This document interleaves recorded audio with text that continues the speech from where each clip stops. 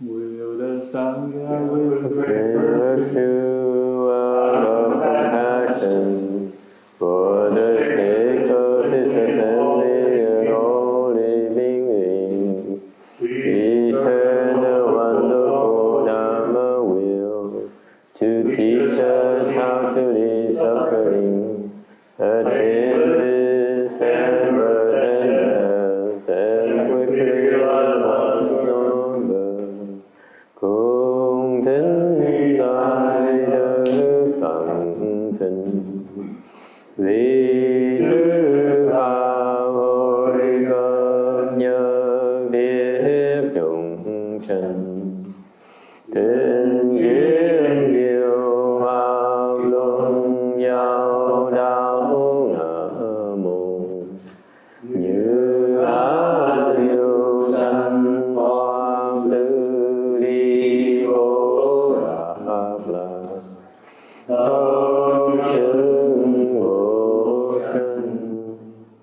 Homage to the Blessed, Noble, and Perfectly Enlightened One.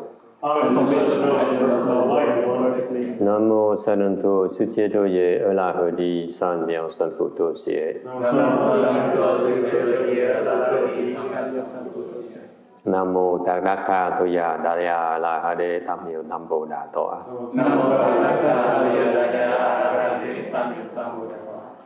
The unsurpassed, profound, subtle, wonderful Dharma, 100,000 million aeons is difficult to encounter. Now that I've come to receive and maintain within my sight, hearing, I vow to fathom, to thus come one's true and actual meaning. Wu Chang Shen Shen Wei Yao Fa Bai Xian Wan Xian An Zao Yi Wo Xin Xian Wan Shou Xu Yan Xian Ru Lai Zhen Shi. All Buddhas and Bodhisattvas, Venerable Shenhua, Venerable Sanghas, and all good no advisors, Amitabha. Chư Phật Bồ Tát, Sư Phụ Sang Khởi,各位圣人，各位善知识，阿弥陀佛。Kính thưa chư Phật Bồ Tát, kính thưa Thượng Tiên Hòa, quý thầy cô và quý vị thiện tri thức, A Di Đà Phật. Today is the 26th of October 2014. We are gathered in Rosemead, California to continue our discussion of the Heart Sutra. You should be on slide number 31, a newly uploaded slide for your pleasure.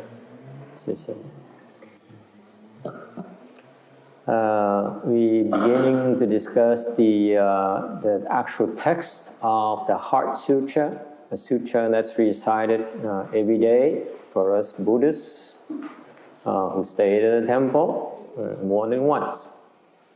And the text says, when Avalokitesvara Bodhisattva was practicing profound Prajna Paramita. So we going through the text here, explain to you, Bodhisattva is a Sanskrit word that means enlightening beings, enlightened beings, you will. And this particular Bodhisattva has transcendental wisdom and uses it to help others get enlightened. And this is what is typical of the Mahayana tradition. Nói về Bồ Tát là Tha Xiao Pha Nhi tới với đây. Can someone translate for that lady in Chinese in the back? I mean, Ru Qing. I mean, where is our Chinese translator? Ru Qing跟他需要翻译的。行情也许是因为会翻译给他们。There's a couple Chinese people who are here, so we like to translate for them.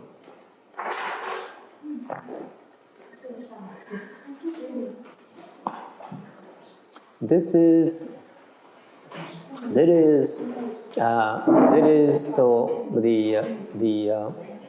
This is the quintessential. Can you lower the blind, the shade here for our visitor here, so that he's not going to be fried up by the heat.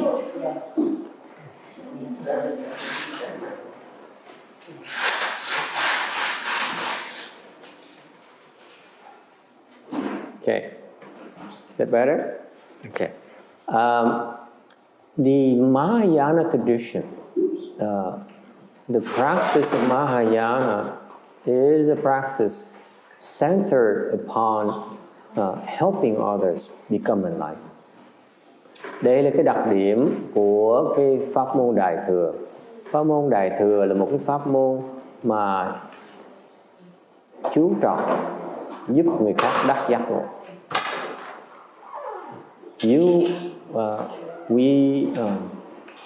This is the difference between Mahayana and Hinayana,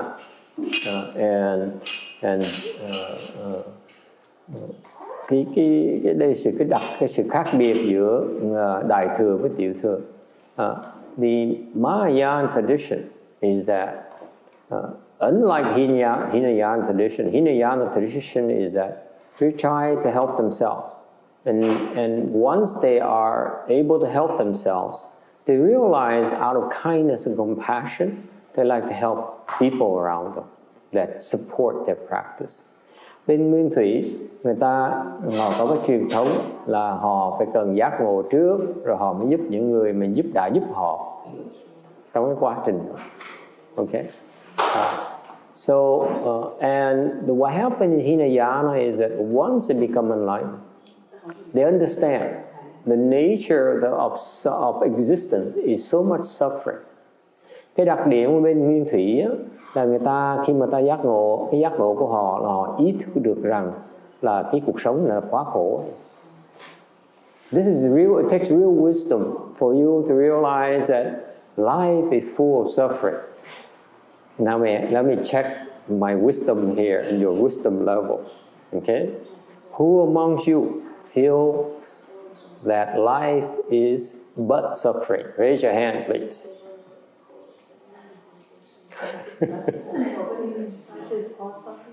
It's all suffering. Life is but suffering. Not you, Pam. Come on, you're gonna be so happy last year. You see, these arhats are so special. They're so wise that they realize that life is but suffering. It's no pleasure. Believe it or not. Okay? Cái đặc điểm của các ngài A-la-hán với chư Phật là các ngài thấy rằng cuộc sống chỉ là khổ thôi. They see no pleasure in this life. That's true. Exactly what this Thai abbot, which we hope to be able to go see this afternoon, high-level Sangha in a Thai forest tradition, he tells me, he says, I'm not coming back to this sour world. Once I leave, I'm not coming back ever. Bởi vậy, cái vị mà cao tăng Thái Lan mà chùa chiều nay chúng ta dự tính tới viếng thăm, ngài nói thêm một câu, ngài nói là khi mà tôi đi rồi đó, tôi không bao giờ trở lại hết, tại chỗ đó nó khổ. Think about it. Okay? See, there must be something, most of us, there must be something in this life that we are attached to, that we like, we feel is worth it. Like for Travis, what is important to you in this life, Travis? Con việc này.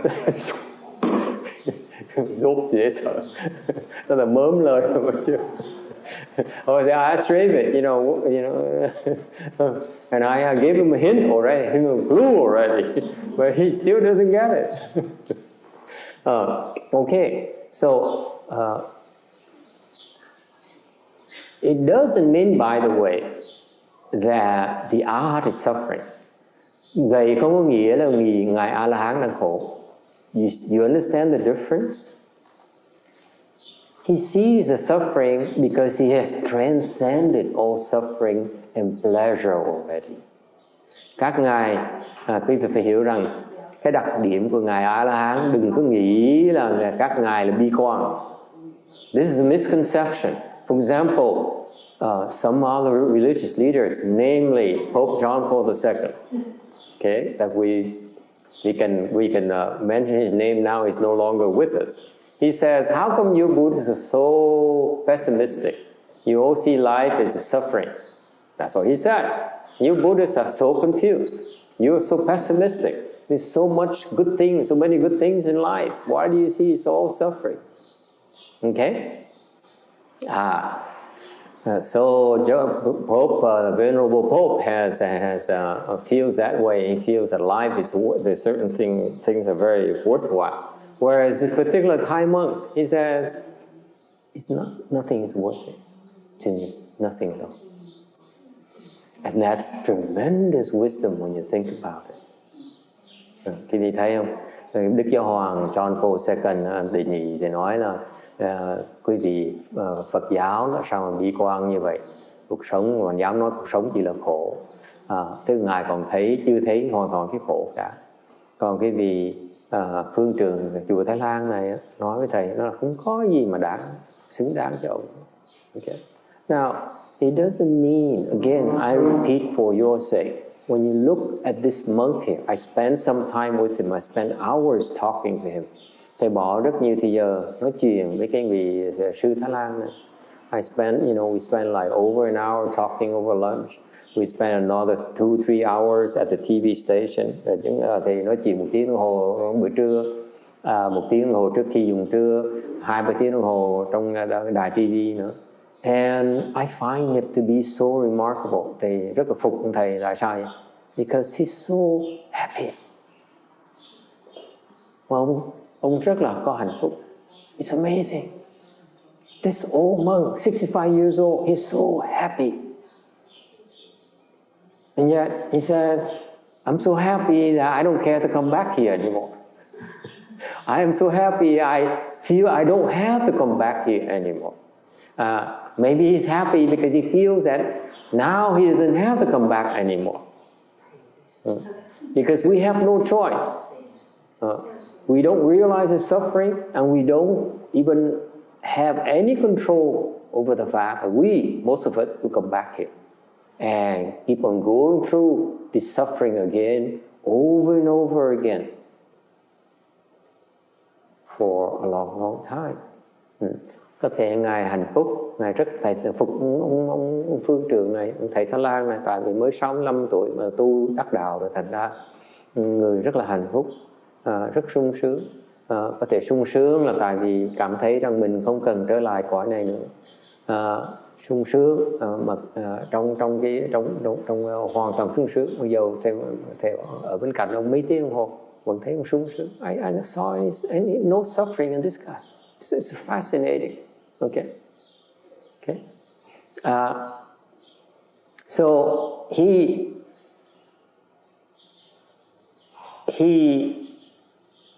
liberated himself from suffering. Tại cái người này là từ đắc cái giải thoát ra cái khổ. Okay. And he sees nothing is worth it, và thấy không có gì xứng đáng, có gì phải ham muốn. Okay. And that's why he says, I'm not coming back. Okay. And that's very Hinayana. Đó là tinh thần của tiểu thừa đó. Người ta thấy được cái khổ, ta nói không có gì phải tham lam. Okay. Mà nói tôi không tham lam, mà tôi không cần trở lại nữa. Trở lại làm cái gì? And whereas this is because Hinayana, okay, their sole purpose is, the primary purpose is to end the suffering. Bởi vì bên Nguyên Thủy, cái chủ trương người ta là mở trí huệ để liễu cái khổ của mình, cắt đoạt cái khổ của mình. Okay. Đó là mục tiêu chính của họ. Whereas contrast that with Mahayana, quý vị so sánh đó với Đại thừa, big difference. Mahayana, our purpose is to end all living beings suffering. Bên Đại thừa chúng ta đó, mục tiêu chúng ta tu đó, okay, quý vị tu sĩ includes you as well, lay people as well, left home people, all of us who practice Mahayana. You cannot call yourself a Mahayana person unless you make a vow to end all living beings suffering, to save them all. Tại vì quý vị thực sự không thể nào ngoài mình là đại thừa, tu đại thừa được, trừ phi quý vị phát cái nguyện đó. Cái nguyện là chúng sinh vô biên thề nguyện độ.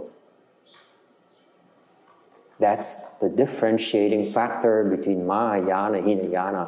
Starting out, we Mahayana people says, I vow to save all living beings. Thành quý vị nhiều khi quý vị tu theo chùa mà tu người Phật tử tu lâu thường quên đó. Thực ra người Phật tử trở thành Phật tử trong đại thừa chỉ sau khi phát nguyện là mình thề nguyện độ tất cả những chúng sinh. Okay, so far so good. Is it clear? I know many of you forgot already, but this is what we stand for. Quý vị biết, quý vị phải nhớ là đây là cái ý nghĩa của cuộc đời chúng ta, những tu hành chúng ta. Okay, and therefore, in order to save all living beings, okay, you develop the transcendental wisdom. Thì muốn cứu chúng sanh bằng cách nào? Mình mở trí huệ trước. You have to open transcendental wisdom first. This transcendental wisdom is higher than the Hinayana transcendental wisdom. Bên đại thừa chúng ta, cái trí huệ xuất thế này nó cao hơn trí huệ tiểu thừa. It's much higher. Okay? It's true wisdom, truly transcendental wisdom. Nó thiệt sự là cái trí huệ xuất thế. Okay? I will explain to you a little bit later. Từ từ thầy sẽ giảng thêm cho quý vị hiểu cái trí huệ nó khác biệt chỗ nào. Later in a few more slides down in this sutra, I explain to you why we are this Mahayana transcendental wisdom is far higher than Hinayana transcendental wisdom. We have proofs, we have facts. We're not making false claims. Từ từ quý vị sẽ thấy tại sao trí huệ xuất thế của bên đại thừa nó cao hơn trí huệ xuất thế của tiểu thừa rất là xa. Có bằng chứng đâu không? Okay. And once you have transcendental wisdom, okay, you use it and you develop further wisdom to help get others enlightened. Một khi quý vị có cái sự giác ngộ rồi, với quý vị mới phát triển cái khả năng để giúp người khác đắc giác ngộ. It's two different skill sets. Đây là hai cái loại trí huệ nó khác nhau. First of all, you free yourself. You see the truth. Thứ nhất là quý vị phải thấy cái sự cái chân không, cái sự thật. And then you develop the wisdom to help others see it as well. Rồi quý vị phải phát triển, thứ nhì, quý vị phát triển cái khả năng để giúp người khác thấy luôn cái sự thật đó, thấy được cái chân không. See? That's what we are about. Cái đó là chuyện chúng ta làm. Any questions about that? All right? Very good. Slide 32. That's why the Dharma Mahayana is a Dharma that is very profound. Bởi vì mình nói đại thừa ngược lại tiểu thừa là một cái pháp môn rất là thâm sâu, profound, sân, very profound. Okay, because it's the closer you are to it, the closer you get to it, you discover there's a lot deeper than you initially thought. Cái thâm sâu nghĩa là sao? Cái gì càng tới gần cái gì thấy càng nó càng sâu hơn nữa. That's what's fascinating, by the way, with Mahayana practice. The more we practice, the more we discover that we don't know as much as we should. Thành bên đại thừa nó đặc biệt cho đó. Càng tu, càng thấy mình thiệt ra không biết nhiều như mình tưởng đâu. Okay? Only the people who don't have real wisdom yet think that they know everything. Chỉ những người mà chưa có trí huệ chân chính mới thấy rằng là mình biết hết tất cả. Okay. 33 chấm 33 tấm 33. And Quan Yin Bodhisattva was practicing the profound Prajnaparamita. Ngài Quán Thế Âm Bồ Tát tu cái pháp mà Bát Nhã Ba La Mật Đa. Okay, and there is story. I would put a story. I would tell you the story again because it's a very famous story in Mahayana that my late master likes to tell. Đây là một cái câu chuyện mà về Đại thừa mà ngài Tiến Hóa Ân sư thầy thích kể cho ngài. He relates to the Christian God recognized as Chakra in Mahayana. Kể về chuyện Đế Thích. Đế Thích là thượng đế đó, thượng đế là gọi Chakra bên Đại thừa chúng ta. Chakra turns out he is Buddhist. Okay. Let's keep this. I hope none of you is Christian, and I hope I don't offend your Christian and Catholic sensibilities. Ngày hôm nay thì hy vọng thì cái chuyện này mà những người mà bên Công Chúa giáo với Cơ Đốc giáo rồi thì nói chuyện này là bên Phật giáo cho vui vậy thôi. So if you Christian and Catholic, just listen to it and don't get offended. It turns out that Chakra, the Christian God, is the king God, the second desire heaven. Bên Phật giáo chúng ta đó, Đế Thích đó, là vị vua trên trời của cái tầng trời thứ nhì trong dục giới chúng ta. Okay, and he got in trouble, so the Buddha rescued him, and he was grateful. So he took refuge in the Buddha and took the five precepts. Đế Thích đó, bị lâm nạn, rồi được Đức Phật tới cứu. Và Đế Thích nhớ ơn, and Đế Thích mới, this particular chakra here in the Saha world, by the way, I'm not talking about all the chakras, I'm talking about this chakra we have right now. Okay? Đây là cái Đế Thích mà cái trong cái cõi Ta Bà chúng ta có đó. Okay? It turns out, by the way, there are many chakras throughout the universe. Thiệt ra có rất nhiều cái Đế Thích khắp pháp giới. But the particular chakra that the Catholics in our world worship is this one I'm talking about. And cái ông Đế Thích mà ngài Đế Thích mà bên Cơ Đốc giáo, like our ex-Catholic person here that she used to worship is the one we're talking about. And now he took the five refuges, and that's why he's very grateful. He enjoys going to listen to the Dharma lectures, the Sutra lectures. Đế Thích rất là thích đi nghe giảng kinh. Okay,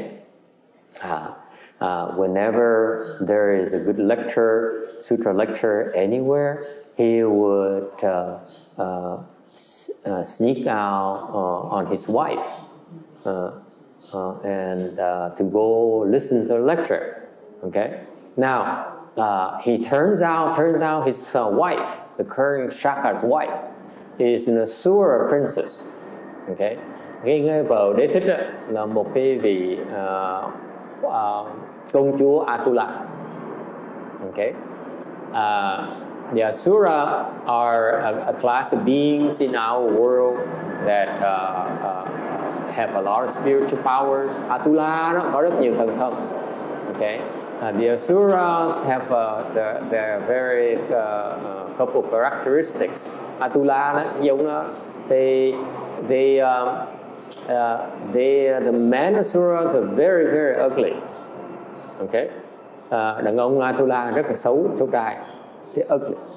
Okay, they like to fight. Asuras in general like to fight, like to argue. They get angry very easily. Atula là thích nổi giận, thích đấu tranh, thích giành giật. You know anyone like that? Yeah, I know anyone like that? That's an Asura right there. Okay, in our human realm, Asuras specifically are country singers, I see. Not looking at anyone particular. Soldiers, policemen, those people are actually asuras, asura nature. Bên Atula là những người thích đấu tranh, chẳng hạn như là người đi lính, người cảnh sát. Okay. And the female asuras are extremely pretty. Ngược lại nữ Atula là rất là đẹp. Okay. And Sakra, this princess here is so happy, is so pretty that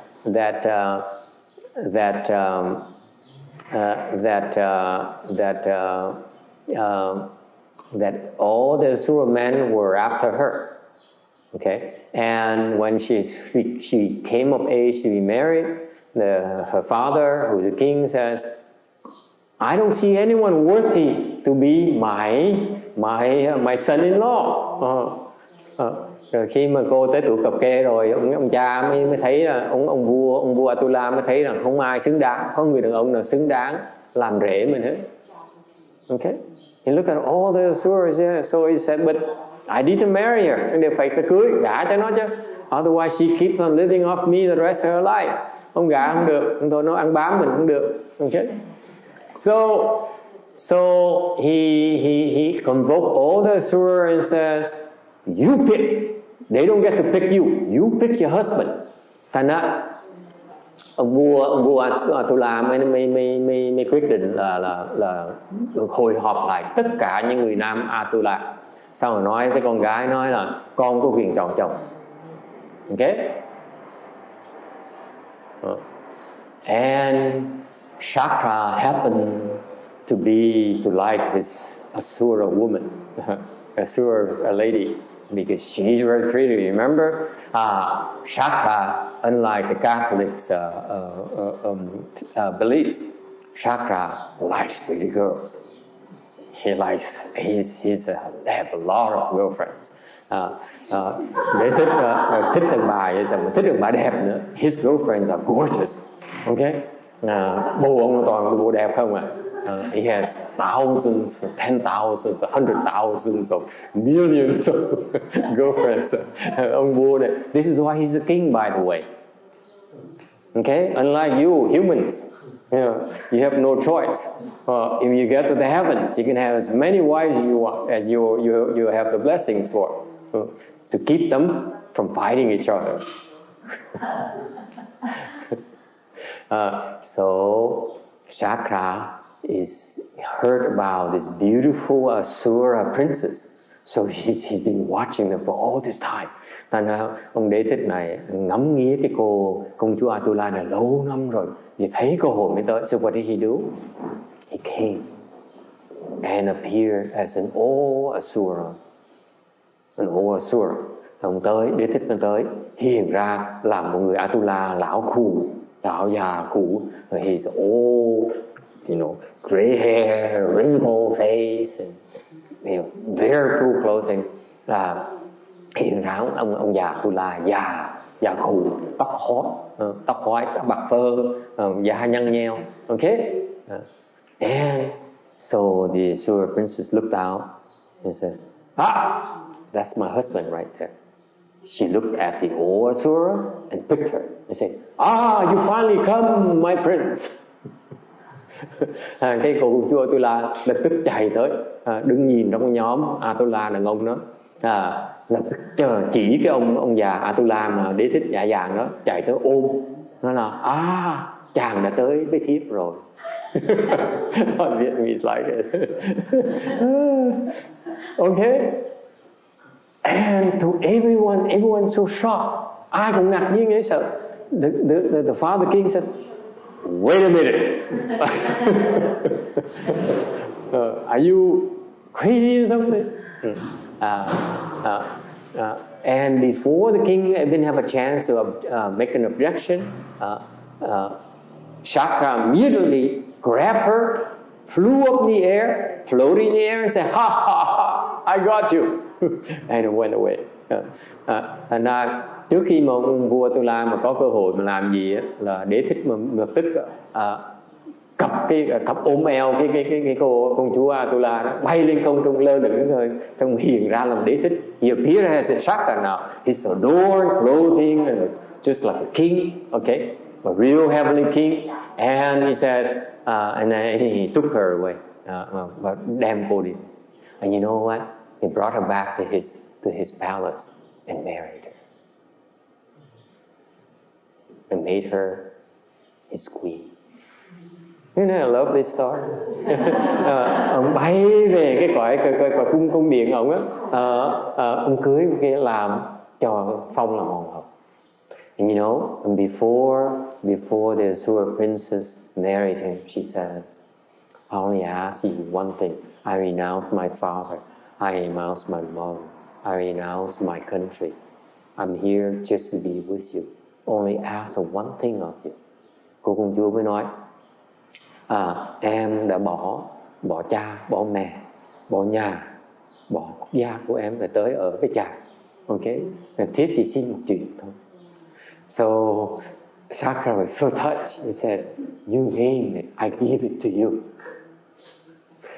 Đế Thích mới nói, em nói đi, ta sẽ báo cho. She says, I ask one thing only. Kim Điền, xin cái gì Kim Điền? What? Big diamond. Kim Điền, I asked Kim Điền, what would you ask? And she says, a humongous diamond.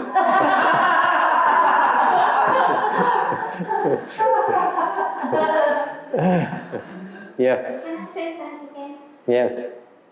Second chance. Yes?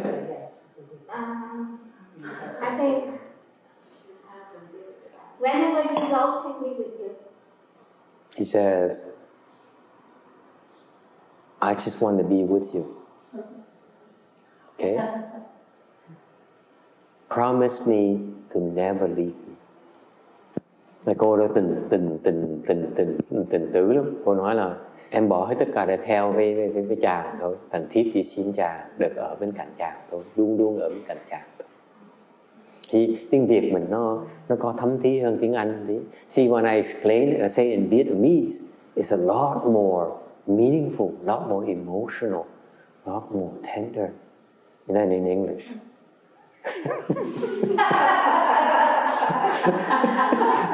and Shaka says, of course, I will love you to the end of my life. I will never leave you.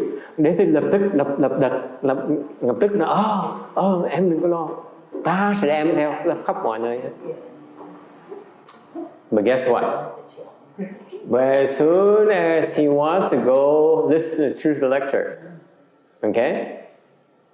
Have you gone to a spiritual lecture with your wife? And when she sits next to you and she holds your hand and say, oh honey. It's very annoying, let me tell you.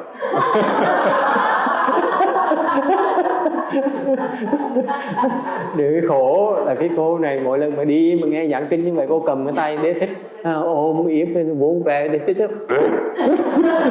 Leave me alone, I'm concentrating on lecture. Đế Thích nói đừng có làm phiền ta. So what happened is that she wouldn't let go.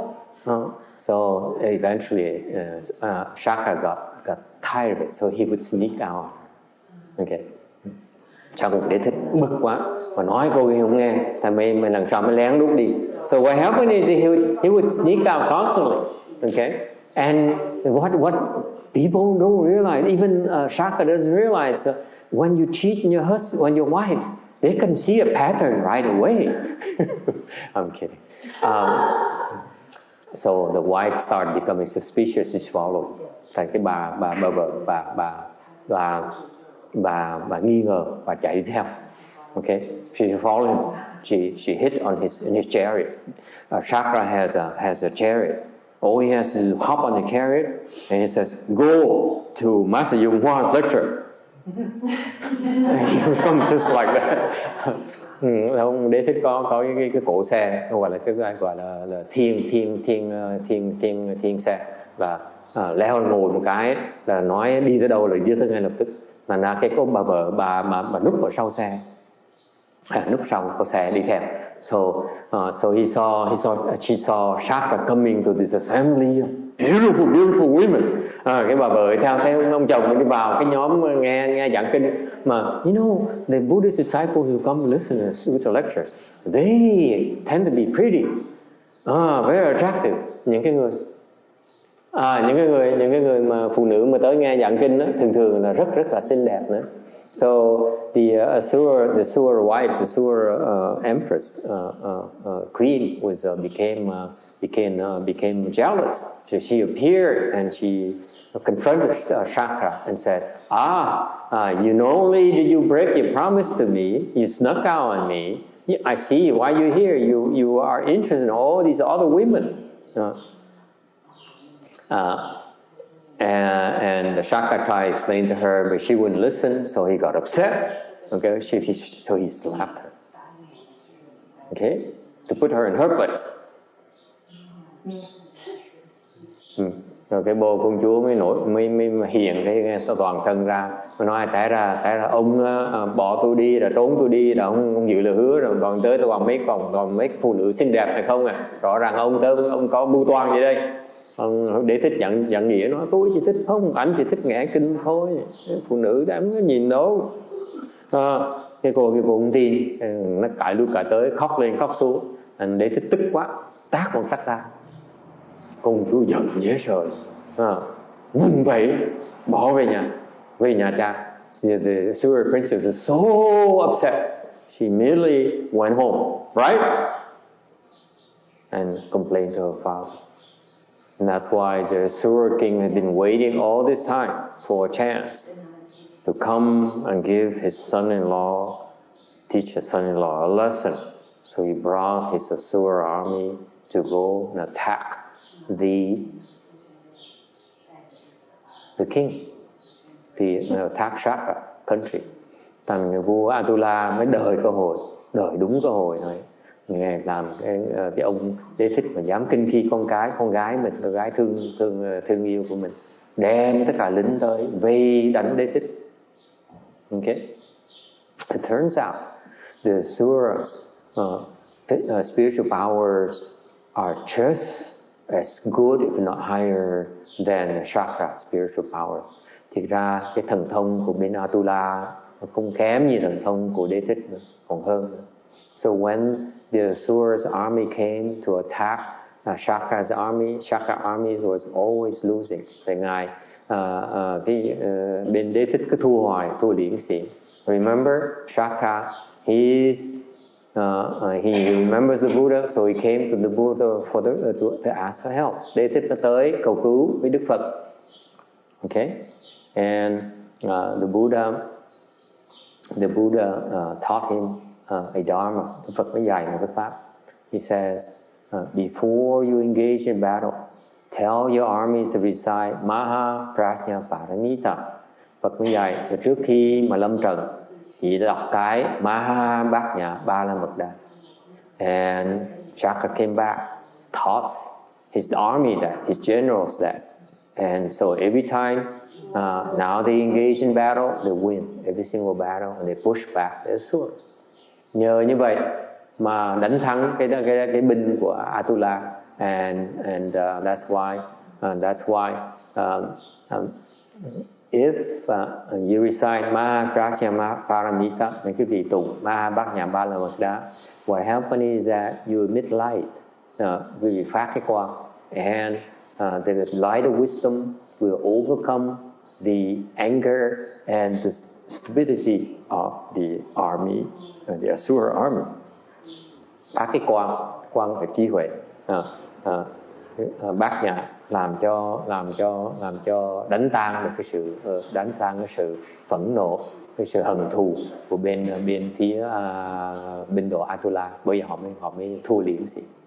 Okay, so this is that's why the end of this Heart Sutra we always say Maha Prajna Paramita. Bởi vậy tụng kinh, mỗi lần tụng kinh xong chúng tôi tụng Maha Bát Nhã Ba La Mật Đa. Okay. All right. 34. Tấm 34. Prajnaparamita is the sixth paramita. Bát nhã ba la mật đa là cái ba la mật thứ 6. Okay. Paramita means to arrive at the other shore. Ba la mật là đã thành tựu, đã đến rồi. You reach your destination. You leave the shore of birth and death, of suffering, and make it to the shore of nirvana or of bliss. Quý vị rời cái bờ khổ này, đi qua sông, qua cái biển khổ, tới cái bờ của an lạc, của niết bàn. Okay? When you accomplish something in Sanskrit, that's a paramita, you accomplish it, you succeeded. Ba la mật có nghĩa là cái vị đã thành tựu rồi, cái vị đã thành công rồi. Okay. And all the Buddha's 10 periods of time, 10 directions and 3 periods of time, rely on this Prajnaparamita Dharma in order to become Buddhas. Tất cả những vị Phật trong 10 phương, trong quá khứ, trong hiện tại và trong tương lai đều phải dùng cái pháp Bát Nhã Ba La Mật này để mà thành Phật. And this is why this Prajnaparamita Dharma door is very, very important. Bởi vậy, cái pháp Ba La Mật này rất là quan trọng vì vậy. Okay? When you say we leave this shore, it doesn't mean we actually separate from this shore. Khi mà nói mình rời cái bờ khổ này, không có nghĩa mình rời cái khổ này. Không phải rời, gọi là mình đích thân rời cái khổ này.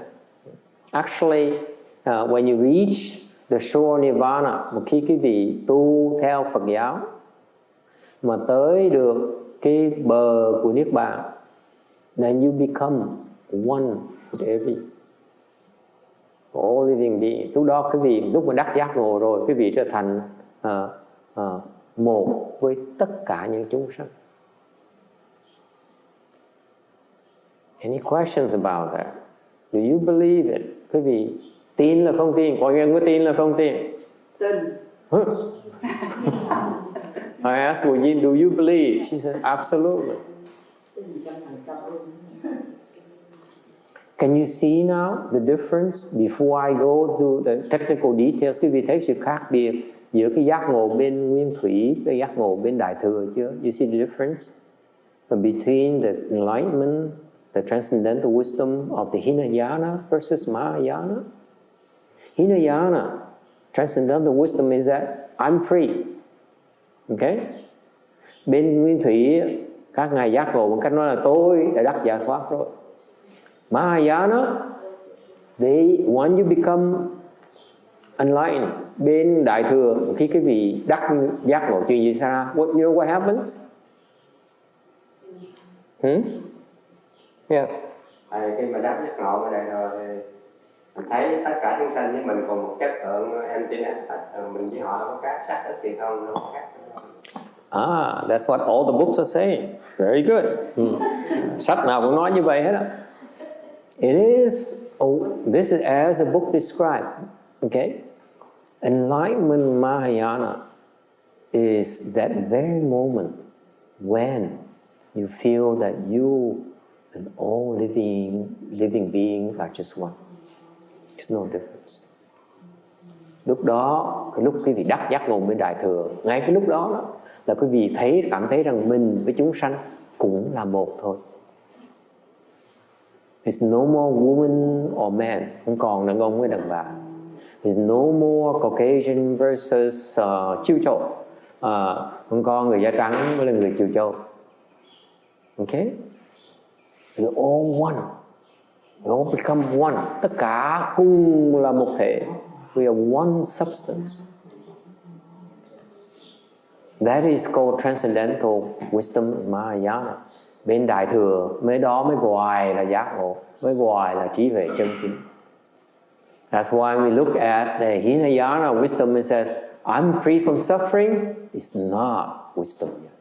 Thành ra bên Đại Thừa mà nhìn bên Tiểu Thừa mà nói là tôi đã hết khổ rồi đó, tôi thấy sướng, tôi chỉ sung sướng, tôi còn sung sướng thôi đó. Cái đó vẫn chưa phải là trí huệ bên Đại Thừa chúng ta.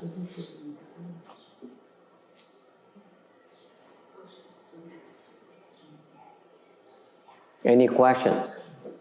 Yes. Thầy, làm sao mà mình biết được là mình đã giải thoát? Giống như người tu đó, họ tu làm sao họ biết họ giải thoát?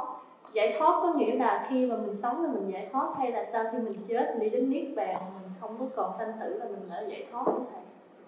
Okay, very good. He says, how do we know? Good question. How do you know when you cultivate that you attain liberation? How do you know? Làm sao mình biết? How do you know? The young man here who has strong opinions about everything else in life. How do you know when you cultivate? You were young, you decided to cultivate, you devote your life on cultivation. How do you know you're going to attain liberation? Thầy hỏi ông, no, not you, old man. Yeah, we, you know, old people, we have a chance later. I'm talking, ask some of the young man first. Thầy hỏi cái ông thầy trẻ, ông sao với trẻ này, 23 tuổi này. Cậu đã dám bỏ cuộc đời để mà đi tu. You know, he's crazy. 22 years old, he's supposed to go and pursue a degree, girls, food, you know, and all those things. No, he shaved his head. A very foolish thing to do. Now, how do you know? How do you know that you're going to attain liberation?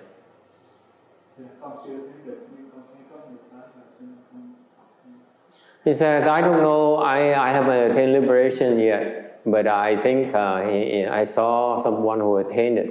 Therefore, I have faith. See? And that's what happens when you meet all these Thai monks and you say, wow, that's it. And now bởi vì chiều nay mình mới gửi thầy, this is why I bring you to this afternoon to this Thai monk who says, this is someone who says, wow, I'm free. Okay, I'm happy. Okay? It's important to meet those people. He's very good answer. That's a good answer by the way. Đây là câu trả lời rất là khôn khéo. Có người giải thoát rồi mới tin được, chứ còn mấy mình nói người ta nói miệng không sao mà tin được. If these people really attain liberation, really happy, they're really free from suffering, you can believe. If you read from the books, it's not for real. To me personally, đối với thầy cá nhân thầy vậy đó. I met my Chinese master and clearly he's a bodhisattva. Đối với thầy may mắn tôi gặp được ngài Tuyên Hóa. Cái đó là một cái vị đại Bồ Tát. He's a great bodhisattva. Okay. How do I know? Because everything he taught me, okay, makes a lot more sense than any other teacher I've ever met. Tại sao thầy tin được như vậy? Thầy tin đó, có hai khía cạnh thầy tin được. Thứ nhất đó, những cái gì ngài dạy đó, nó bao gồm hết tất cả những cái lời thầy dạy của những vị thầy khác. Chưa có ai mà dạy hơn ngài. Vì có ông thầy sống nào mà dạy sâu hơn ngài. Let me repeat for you. I have yet to meet a monk or nun still alive whose teaching is as profound as that's my teachers. That's what I believe in. I think his teaching is more profound. Bởi vì tin được cái lời dạy của cái vị thầy Tàu này nữa, nó thâm sâu quá, sâu hơn tất cả những lời dạy này. Okay? I met so many teachers, and then I read a lot of patriarchs' teaching. Rồi thầy đọc nghiên cứu những cái sách tổ sư khác, and I realized that his teaching is exactly consistent with all the great teachers of the past. Rồi thầy sau này thầy đi học tiếng Tàu, thầy học tiếng Tàu mới nghiên cứu sách Tàu, nghiên cứu thấy rằng những cái lời dạy của các những đại tổ sư đời xưa đó, nó tương ứng với lời dạy của ngài Tuyên Hóa. Okay? Now, it doesn't answer this young lady's question. Nói như vậy thôi vẫn chưa trả lời được câu hỏi cái cô này hỏi làm sao mình biết. Okay? Làm sao mình biết mà giải thoát? Here's what happens. Depends on your tradition. Tùy cái truyền thống của quý vị. If you go to the Hinayana tradition, of these people, okay, like the Thai monks that we visiting this afternoon. Thế quý vị theo cái truyền thống của bên Nguyên Thủy, như của cái dòng của cái vị sư Thái Lan này,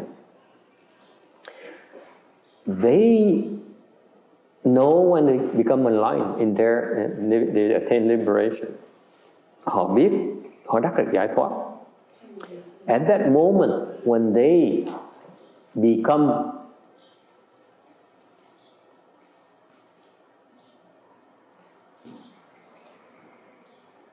third stage Arhat, một khi một cái vị tu theo đường của họ mà tới tam quả A-la-hán, you know you reach liberation. Quý vị thấy được mình đắc, mình thoát. You have no more suffering. Không còn khổ. At that moment, when you attain the fruition of third stage Arhatship, you know that you got it because at that moment you're free from suffering. Lúc mà quý vị đắc tam quả A-la-hán, quý vị sẽ tự động sẽ biết. Lúc đó quý vị thấy cái bản thân mình đó, không còn khổ.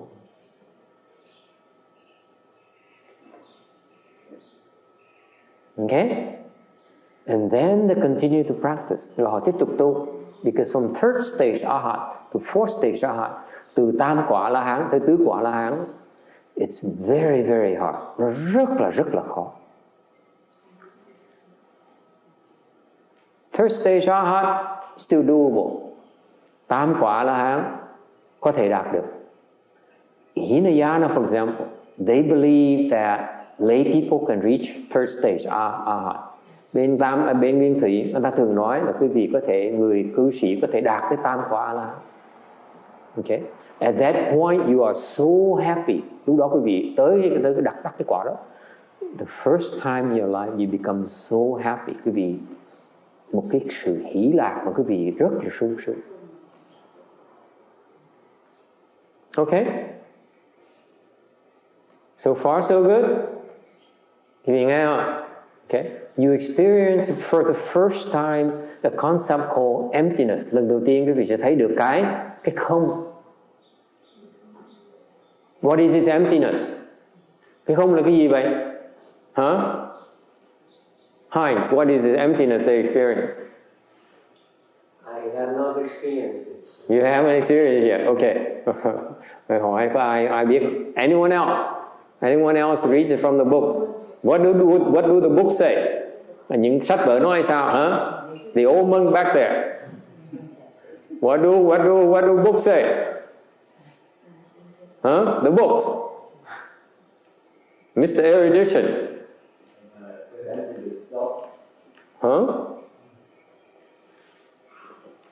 Yes.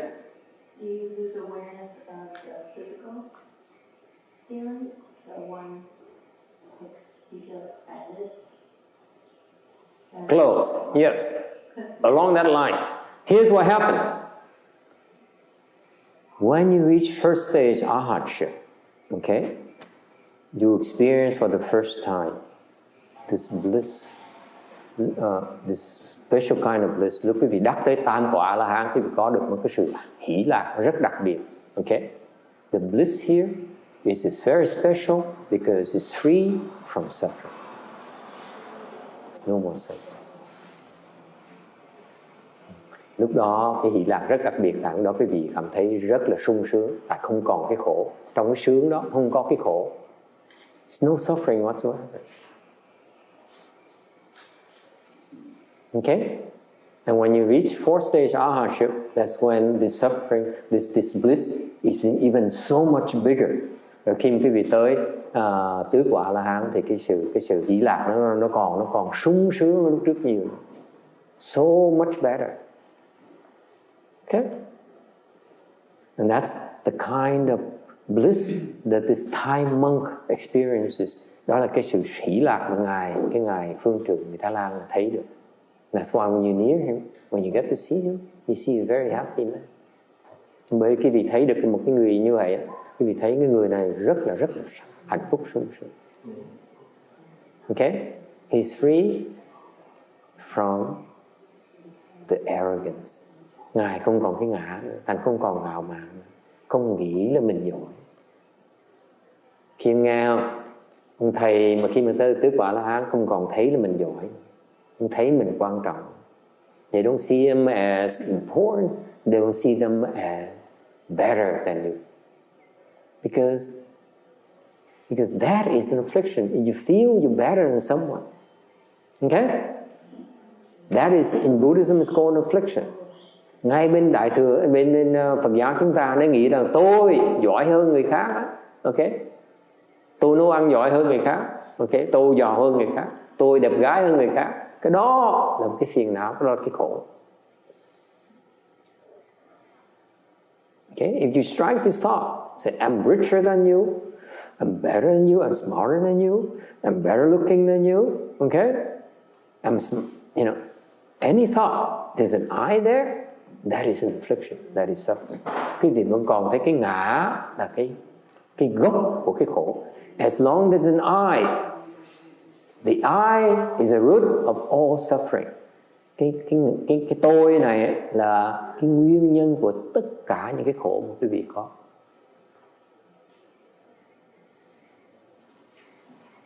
Okay, so the short answer to the question is, thì thầy trả lời, cái người mà khi mà ta đắc cái giác ngộ bên nguyên thủy đó, thì người ta biết là tại vì lúc đó cái ngã nó biến mất, mà nó chỉ còn là cái sung sướng thôi, thấy không? Khi mà cái ngã nó biến mất, mình sung sướng dễ sợ. What happened is that in Hinayana, when they reach fourth stage, Shiva higher, they know it because at that moment the self disappears. And when the self disappears, all sufferings disappear, and it's only bliss that remains. Wonderful. Những nghe thấy sung sướng, thấy thích thú không?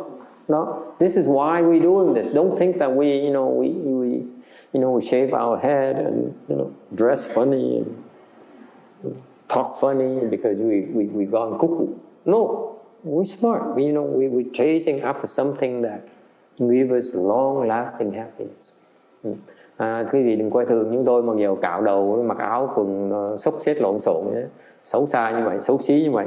Không nghĩ chúng tôi khùng đâu, không có đâu. Cái này đang tìm một cái con đường để mà đắc cái giải thoát. Lúc cái giải thoát đó thiệt sự là hạnh phúc, chứ không phải tạm bợ như quý vị đâu. Cái hạnh phúc sau đó nó sẽ trường cửu. The bliss, the happiness these people experience is permanent. Nó không thay đổi. So far so good. So yes, Hinayana people, they know. Okay. What about Mahayana? Bên Đại Thừa sao? Of course we don't. Đại Thừa chắc không biết, right? The old monk enjoying himself. Of course, Mahayana.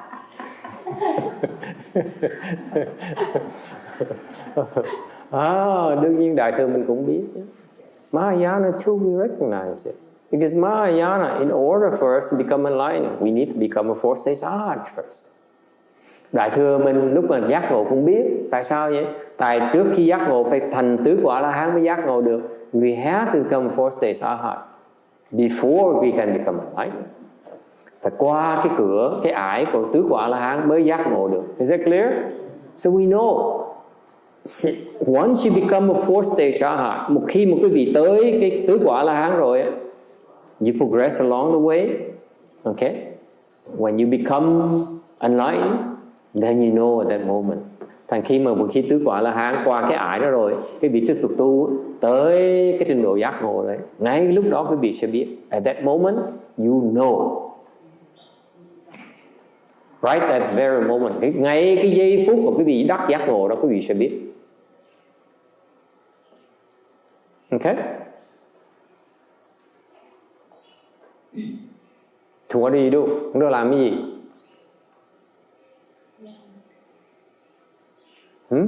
Cô bụt mình, cô cười. Yes? What do you do when you become enlightened? Hoan hỷ thế này. Hoan hỷ. She said, I'm so happy. She jumps up and down. She sings. Cái cô lúc mà con mà đắc nhưng có chắc chắn là con nhảy cà tưng con hát, ca hát. Right? What do you do?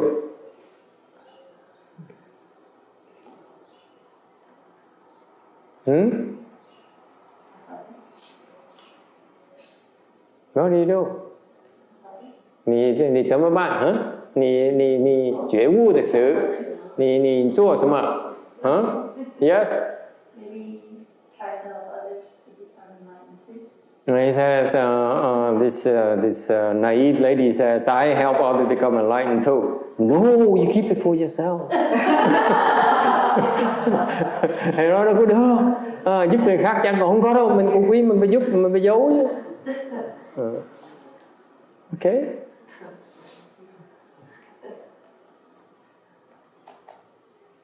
The low level monks and nuns, they write a poem. Những cái người mà giác ngộ mà trình độ thấp á, họ ngâm thơ, họ biên thơ. They write poems. And this is why the monks and nuns who are not enlightened yet, they write poems like crazy. They compose poems day and night. Bởi vì quý vị nghe cái truyền thống như vậy, thành ra những cái người thầy cô mà chưa đắc giác ngộ đó, họ cứ biên thơ suốt ngày. After you become enlightened, you only write a poem that one time, that's it. Okay? Những cái người giác ngộ thầy biên một bài thơ lúc đó thôi. They don't sit there and they write poems after poem every day. Okay? I have a Dharma brother who I cultivate with, and he meditates 2-3 hours a day. Trước phải có cái người sư huynh, sư đệ. Ngày thiền 3-4 tiếng đồng hồ. Meditate 3-4 hours a day. Very dedicated.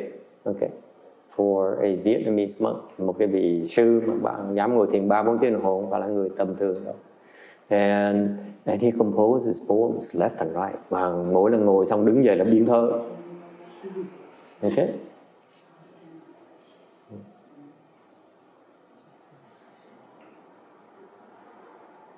And another thing you don't do, các quý vị. So the high level enlightened people, they don't write poems. Những cái người mà giác ngộ mà cao trình độ cao hơn, người ta không biên thơ. Okay? For some reason I don't understand. Tại vì tại sao mấy trình độ cao người ta không biên thơ. Okay? And they don't tell people that they're enlightened. Họ không nói là họ giác ngộ rồi nữa. Okay? This is no, đó họ biết. And that's it. It's a very boring event. Lúc đó là có mình biết, không ai biết. You only know, no one else is supposed to know. Có mình biết thôi, không ai biết hết. You and your teacher will know. Thầy quý vị sẽ biết. Okay? Thầy được chưa? Does it answer your question? Yes, so the answer is yes, you know. Lúc đó mình sẽ biết. At that moment, you know, you come, you made it to the shore. You made it like here. Đã tới rồi. Đã được rồi. Yes, sir. Many of these concepts are so wet, they're so slippery, it's hard to wrap your head around it. Yes. So after you're on level 6 as an arhat, you don't write poems anymore, or after level 8?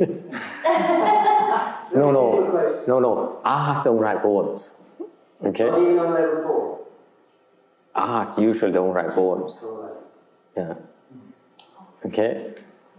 For some reason, it's traditionally the people who are enlightened is the one who compose poems.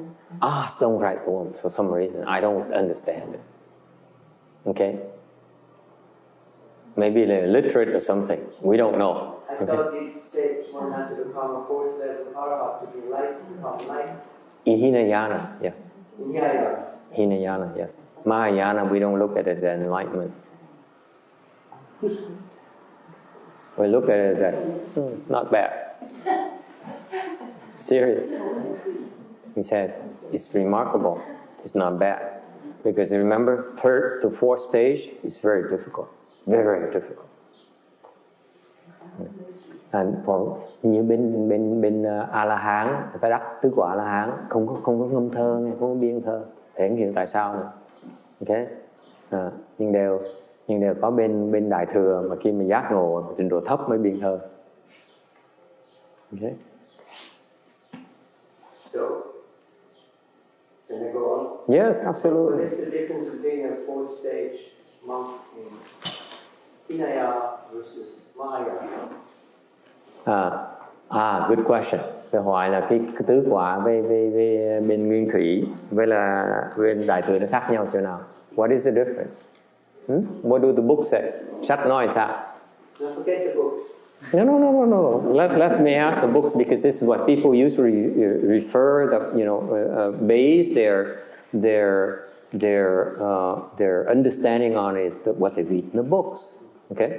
Thầy hỏi sách nói sao? Ông nói không được nói sách, tôi không muốn nghe sách. Tôi nói thiệt ra cái sách nó quan trọng, tại những cái thường ta đọc sách ta mới thấy cái này, ta mới hiểu được cái chuyện này. Ta dựa cái sự hiểu biết ở trên cái sách. Sách nói sao? The book say. What's the difference? Ở tiểu thừa thì họ thấy cái ngã không có, rồi giả mà nào giờ họ lầm cho nên họ phát giác ra cái đó, thì họ không có thấy không có ngã là đâu có khổ nữa. Còn đại thừa thì thấy cái emptiness, mình thấy cái nguồn gốc của dạng vật đó, thì hai cái thấy nó khác nhau. This is why I usually check first, because if they say the right thing, I will approve, and if they say all the wrong things, I base my books also, and I say, okay, go back to your books. I don't say anything. So what did he say? Nonsense. Well, it was a different language. It's a nonsense. That's why I don't translate. Usually I don't waste time. Okay. Nói tầm bậy. Okay. There's no book that says so. Okay. Anyone else? What do the books say? There's no book that says this. Không có sách nào nói hết. I'm willing to tell you this. Okay. Without compromising what the books and teachings are. Thầy có thể nói cái này được mà không có đi ngược lại những cái lời sách vở nói. Okay? The difference, this is a very good question. The difference between a 4th stage Arhat Hinayana and 4th stage Arhat Mahayana is this. Sự khác biệt giữa tứ quả La-hán bên nguyên thủy và tứ quả La-hán đại thừa là ở chỗ này. Yes? Quả ngưng là cái gì ạ? Là cái gì? What is the difference?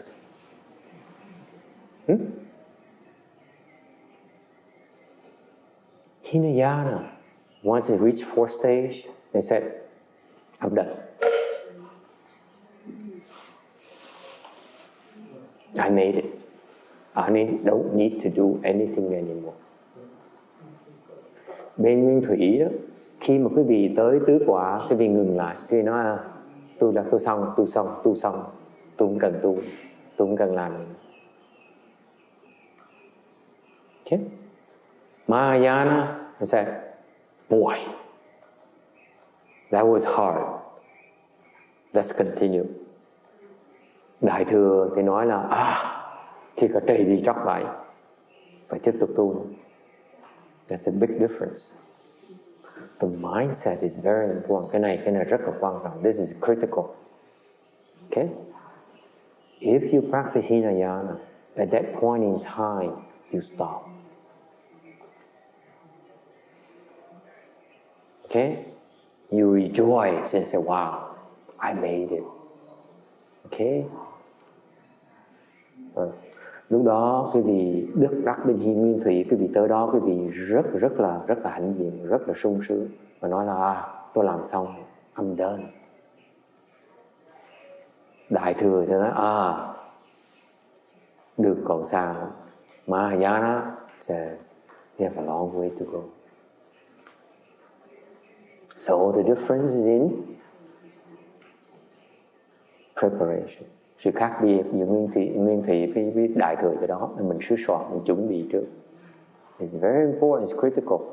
Mahayana, we say, Once you reach fourth stage arhatship, keep going. Hinayana, they said, when you reach fourth stage arhatship, you can stop. Okay? Chuẩn bị chừng đó. It's only the difference, the major difference. So what do they say in Hinayana about the fifth and the sixth stage? That they know it's there, right? Or they suspect it's there. They don't have the Dharma to get there. They don't have the It's a good question. All these are very good question. Today you ask very good question. Quý vị hỏi câu hỏi rất là thông minh. Okay.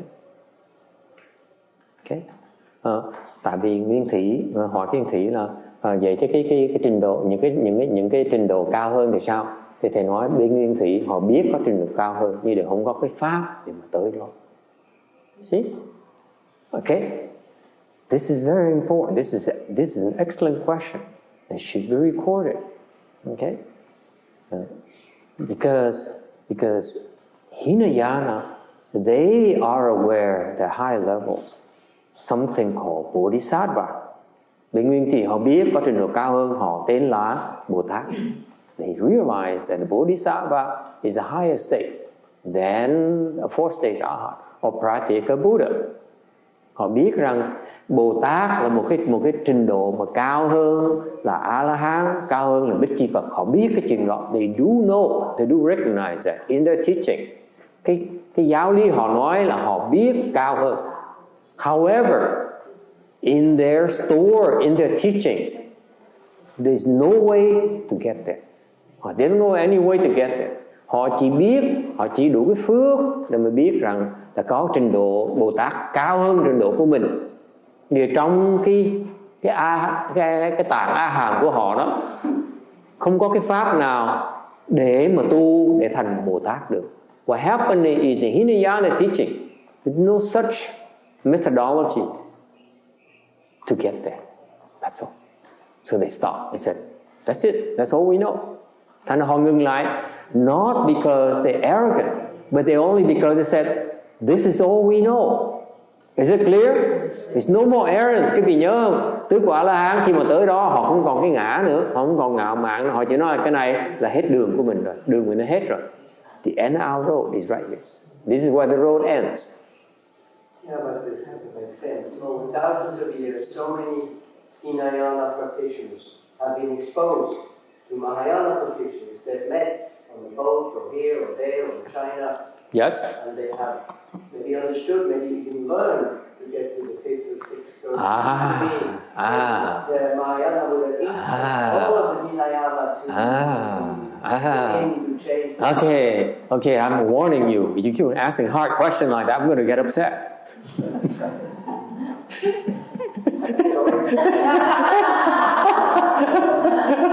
It's such a good question.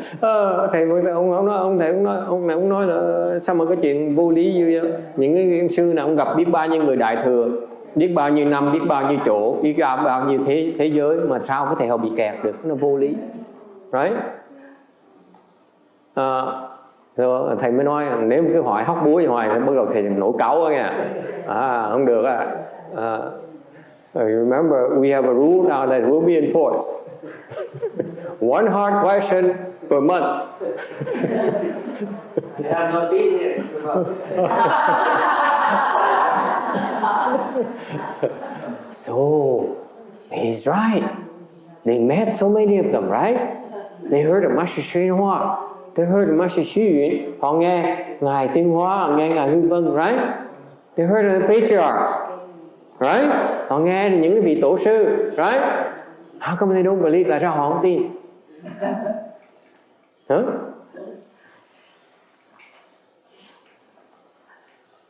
They don't believe them. It's just like you say that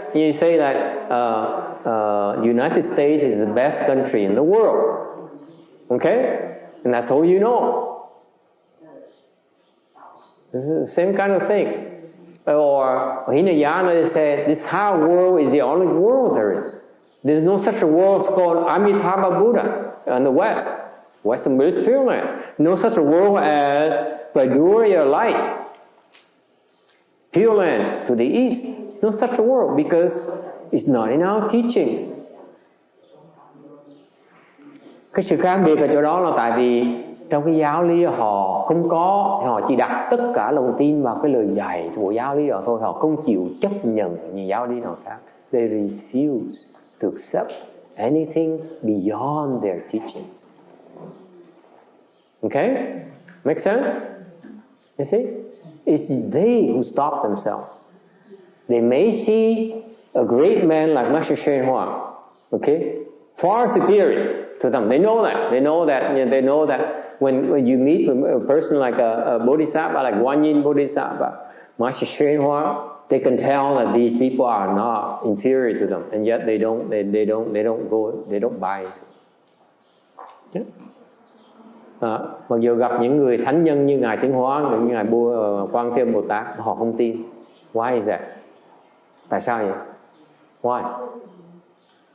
Why? Why not? Yes, Vicky. Fear. Huh? Fear. Fear, một phần sợ. Yes. Lack of blessings. Lack of blessings. No Mahayana blessings. Không có phước báo đại thừa. Nghe rõ ràng không? Con không có phước báo đại thừa, dạy con pháp đại thừa vô ích, có học, có hiểu không nổi, con không tin. Let me put it bluntly for you. Unless you have Mahayana blessings, you cannot grasp Mahayana teachings. Is that fundamental? Nó cơ bản như vậy đó. Trừ phi quý vị đã trồng cái chủng tử pháp đại thừa trong quý vị trong quá khứ rồi, thì quý vị mới có thể thâm nhập được cái pháp đại thừa. You have to have planted Mahayana blessings in the past, many times, numerous times, before you are willing to listen to it before and without running away. Quý vị biết không? Trừ phi quý vị đã từng trồng cái phước báo với đại thừa rồi đó, cái lần đầu tiên mà quý vị nghe pháp đại thừa, quý vị sẽ bỏ chạy, quý vị chịu không nổi đâu. I assure you, you hear it for the first time, you run away. You have to hear it so many times, over and over and over again before you accept it. Quý vị nghe biết bao nhiêu lần mới chấp nhận được. I hear it too often. I see it too often. The Hinayana people, they come, okay? Like I saw. I'll give you a typical example để cho quý vị một cái ví dụ rất là thực tiễn. We have two Hinayana monks here in the temple. Mình có chùa, mình có hai cái vị sư Tích Lan Tế ở from Sri Lanka. The Sri Lankans, they believe they are the mainline transmission of Hinayana. Tích Lan họ tin rằng Sri Lanka is Xì Lan over there. Okay. They believe they are the main lineage of Buddhist transmission. Not the Indian. They feel now they are the remaining. Okay. Bên Tích Lan, người ta tin rằng hiện bây giờ cái dòng của họ là cái dòng chính tông được truyền từ Thích Ca Mâu Ni Phật tới bây giờ. Okay? And therefore they say we are Buddhism. We are the proper Dharma. Nên họ tin rằng họ là chánh pháp. So when they come to here, okay, when they come here, they listen and they say, you guys are deviant. Nên họ tới đây họ nghe cái pháp đại thừa mình nói, cái pháp là pháp này.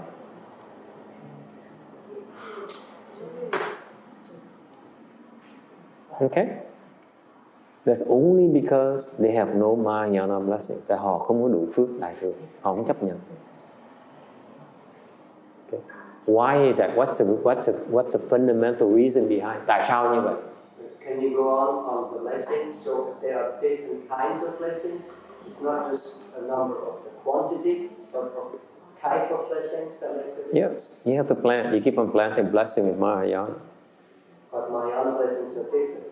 Could you You qualify that? you plant blessing Mahayana by practicing giving to Mahayana. You give. Okay? You come and sweep the floor. Okay? You come and give a quarter. Drop a quarter in that box. That's Mahayana blessing.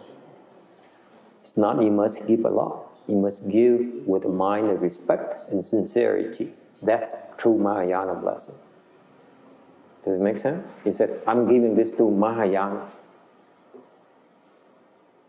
You have to be smart. Okay? You go to a temple, to Hinayana temple. You give, like this afternoon, you go there, you make an offering, you give $5, $1. He says, I'm offering this to Orthodox Buddhism. And it's the same as offering to a Mahayana temple. Nên cái việc phải khôn ngoan, mình cúng dường cái đại thừa, đừng cúng dường tiểu thừa. Cúng dường tiểu thừa không có phước, mà tu gặp đại thừa không được đâu. Thành chiều nào mà tới chùa Thái Lan, cái gì mà cúng dường cái chùa đó, là tôi cúng dường cho chùa, cúng dường cho Tam Bảo. Okay? You offer a triple jewel of the 10 directions. That's Mahayana. Is that clear? Mahayana includes Hinayana temples. Cái đại thừa đó, nó bao gồm luôn chùa tiểu thừa. That's why you go to Hinayana temple, you offer to triple jewel. Okay? Thành quý vị cúng dường phải biết khôn ngoan, cúng dường vào Tam Bảo. Okay? Quý vị mà cúng dường cho ông sư, you offer to me, you get nothing. Quý vị cúng cho thầy không được xu nào hết. Okay? Cúng dường cho Tam Bảo thì nó lợi hơn. You offer to my master is much better. Offer triple jewel is even better. Vì cúng cho Ngài Tiến Hóa nó lợi hơn nhiều. Cúng cho Tam Bảo còn lợi hơn nữa. Is that clear? That's how you create Mahayana blessings.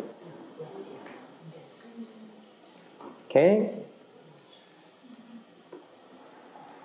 If you have enough blessings, then you will believe it. And quý vị đủ phước, quý vị sẽ tin. Questions? Ai thắc mắc gì không?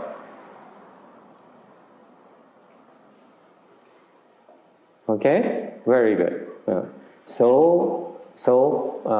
This is what most people don't understand. Cái này là những cái người mà quý vị không cần, đại đa số những người Phật tử hiểu chứ.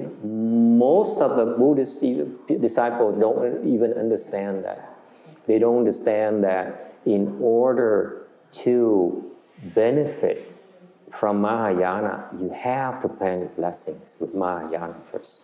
Nên cái đại đa số những người Phật tử vẫn chưa hiểu cái chuyện này. Không ai dạy quý vị cái chuyện này. Là quý vị muốn hưởng cái pháp đại thừa là phải trồng phước của đại thừa trước mới hưởng được.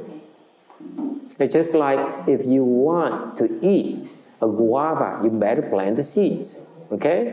Or you better go make some, get a job, okay? Còn giống như quý vị muốn ăn cái mít vậy, là phải trồng cái quả trước mới có được cái mà. Yes. Thầy, vậy làm sao mà giống như mình đại thừa, mình làm sao mình cách để mình giúp cho những người tiểu thừa họ gieo duyên với đại thừa để cho kiếp sau họ gặp được cái pháp đại thừa này?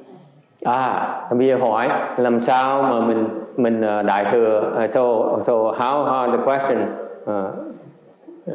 the question is for us Mahayana people, how do we help these Hinayana people, these poor Hinayana people? Yes. Làm sao bây giờ?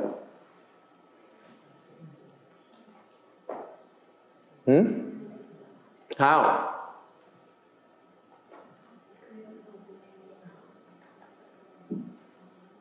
Yes, text.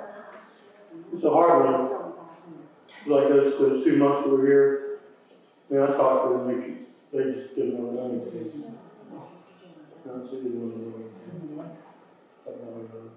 Didn't make any effort. So I don't know how to help them. You just tell them. But then what? You're going to plant blessings on their behalf? How should you do that?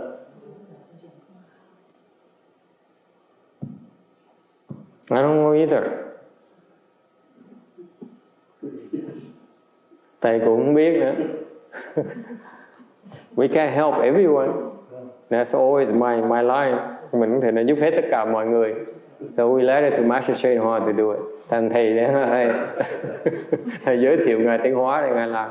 See, I don't know how to do it, so I say go see Master Shen. Go see the thầy khuyên, thầy nói là gặp ngài Tiến Hóa đi, gặp Quảng Ngân đó, cái đệ tử ngài Tiến Hóa đó, rồi cô dẫn cô đi mấy cái gặp đệ tử ngài Tiến Hóa. So I said go see Cô Yin right there. She's a Master Shen Hoa disciple. She will introduce you to the true disciples of Master Shen Hoa. Nhờ cô Quảng Ngân giới thiệu những cái người chân tu đệ tử ngài Tiến Hóa. Let them help them. Rồi hy vọng họ có biết cách giúp cái người kia. Mình giúp mình lo thân mình lo chưa đủ mà. Well, I can't handle myself. How can I help anyone? Okay? Sao bây giờ? Con Phật bạch thầy, Phật độ người có duyên, Phật độ không có người không có duyên, Phật độ. Excellent.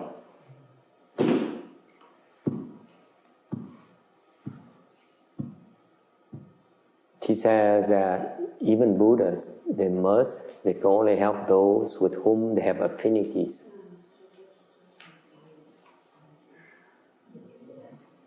Okay? Can only help những người mà không có duyên mình độ không được. If you have no affinities with them, you cannot help them. So what does it mean afffinity? Affinity nghĩa là gì? In the Pure Handbook we call it have conditions with. That's affinity. Okay? Cái cuốn sách mà Cẩm Nang Tịnh Độ mà nói là dùng cái nó là mình có duyên với họ. Duyên nghĩa là gì? What does it mean? Have affinities with them. Thì nói gì này? Mình làm sao mình tạo cái duyên người ta bây giờ hả con? Tại vì mình phải phát tâm Bồ Đề, mình phải tạo duyên lành cho họ thì mới có duyên. Còn mình nếu như mình cứ trầm tư hoài thì không có duyên với họ thì đâu có biết. So what do you do? What do you do now? What do you do to create affinities with them? You give them a feed. You create affinities. What do you do? Mình sao mới ban à? Làm gì bây giờ? Yes. Tell them that your doors are open if they want to come. Yeah, my door is open. Yes, absolutely. Yeah, mình mở cửa. Nói, come and see me. I have food for you. I have very good vegetarian food for you.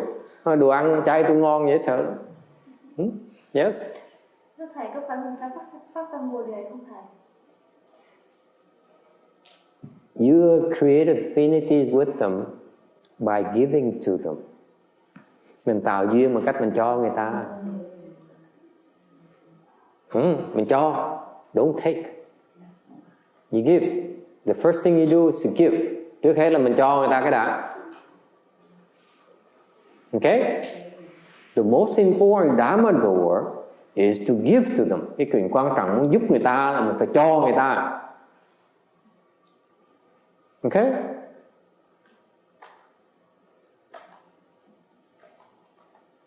Give them. Whatever they want, we give to them. Họ muốn gì mình cho đấy. Okay? Yes. They're confused about the term conditions. It threw me the other day when I read the passage. Yes. Yes. Yes. A condition in the English language is a situation where you have to fulfill something first before something else can happen. Yes.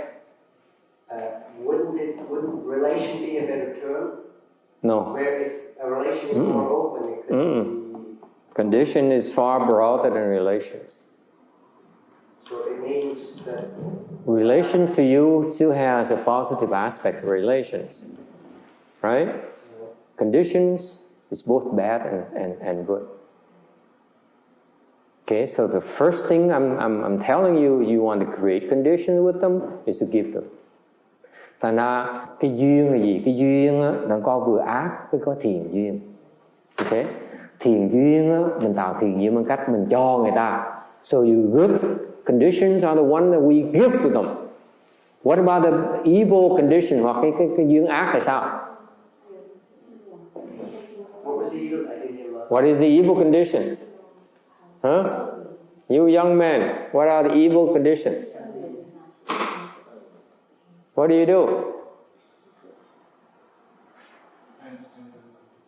You don't know. You frown upon them. Huh? You frown upon them. You frown upon them? Yeah. You call it evil? Well, that's pretty bad, isn't it? Ông nói ác chiêu bằng cách là mình nhăn mặt. Nó nói thầy gọi nhăn mặt là ác hả? I mean, we Vietnamese have a different definition of evil. Việt Nam có cái ác Việt Nam mình nó khác cái Mỹ phải không con? Hey, ác thì về ông lính là sao? Lính mà ác là gì? I'm asking a soldier. What is evil for a soldier? You see I'm getting it? Huh? You take away. Kill them.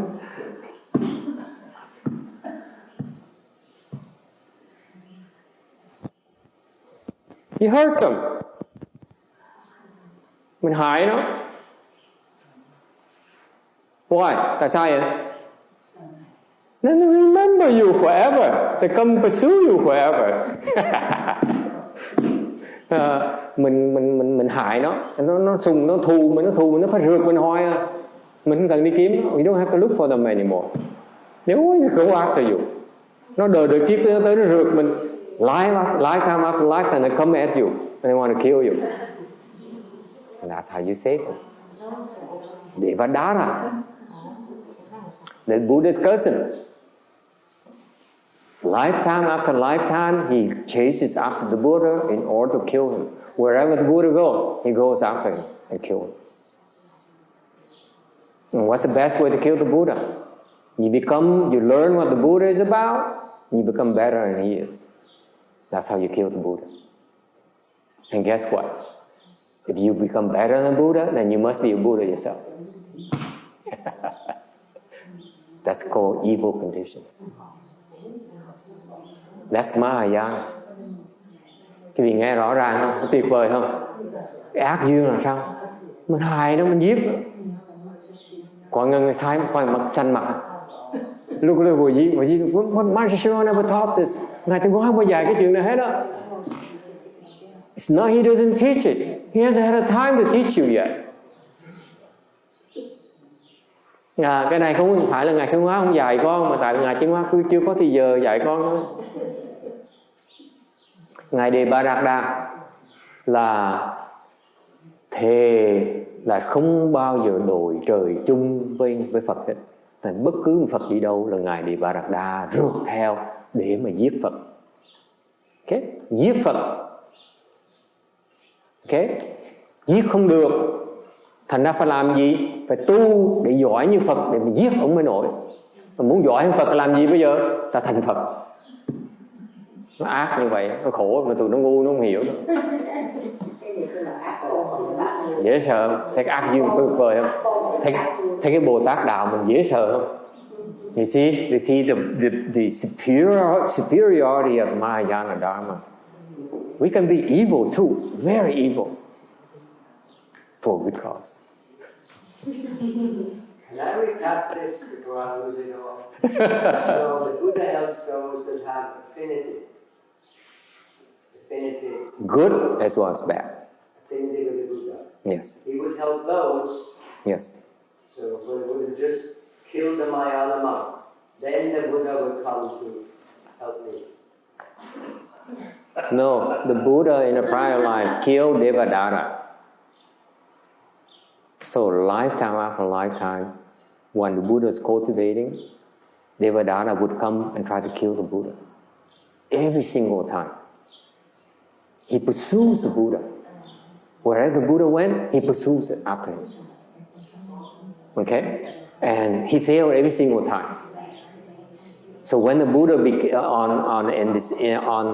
came to the Sahara world, in order to become a Buddha, what did Devadatta have to do? He has a goal, become the Buddha's disciple, and learn all the tricks from the Buddha in order to kill him. And he failed. But he planted enough seed to become a Buddha himself.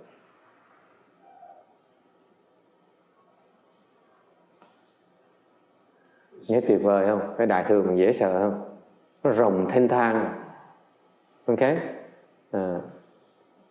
Thiền cũng cứu được, ác cũng cứu được luôn nữa. Tiểu thừa cũng cứu được luôn nữa. So this is why Mahayana is wonderful. You can do practicing good. You can be practicing bad. Okay? There's so many ways to help people. Both good and evil affinities we create.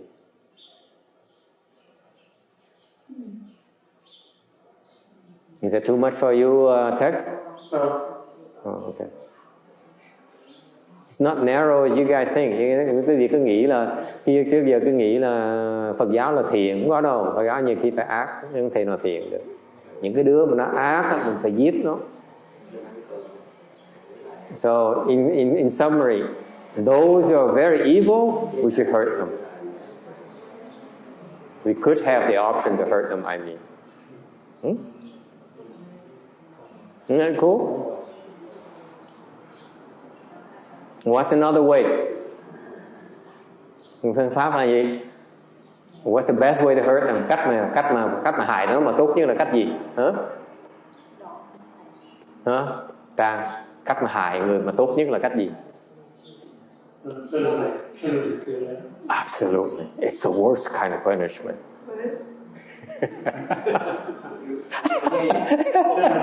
Trang quá dễ sợ. Nhỏ nó ác dễ sợ.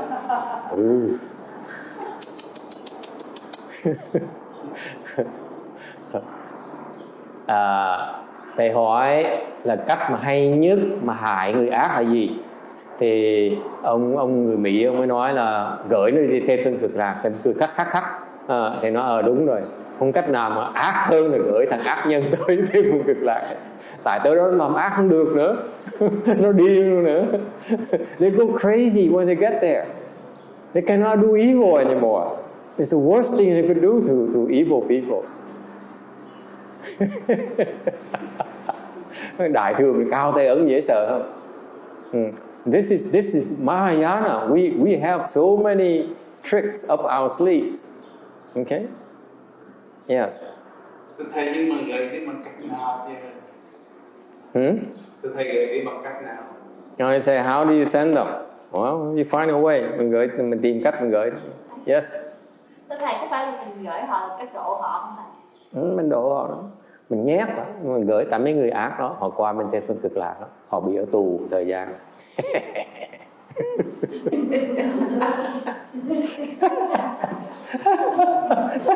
Mấy Việt Nam khoái dễ sợ. Mấy người Việt Nam là ác dễ sợ.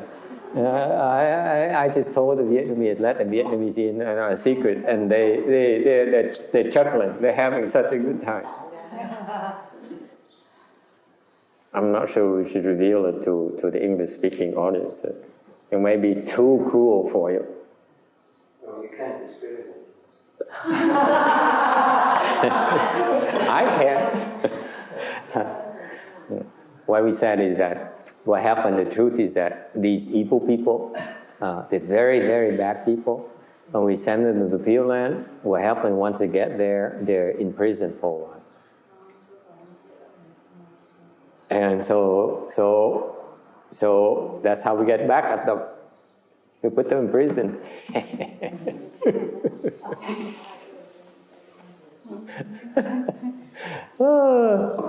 That's why I enjoy Mahayana.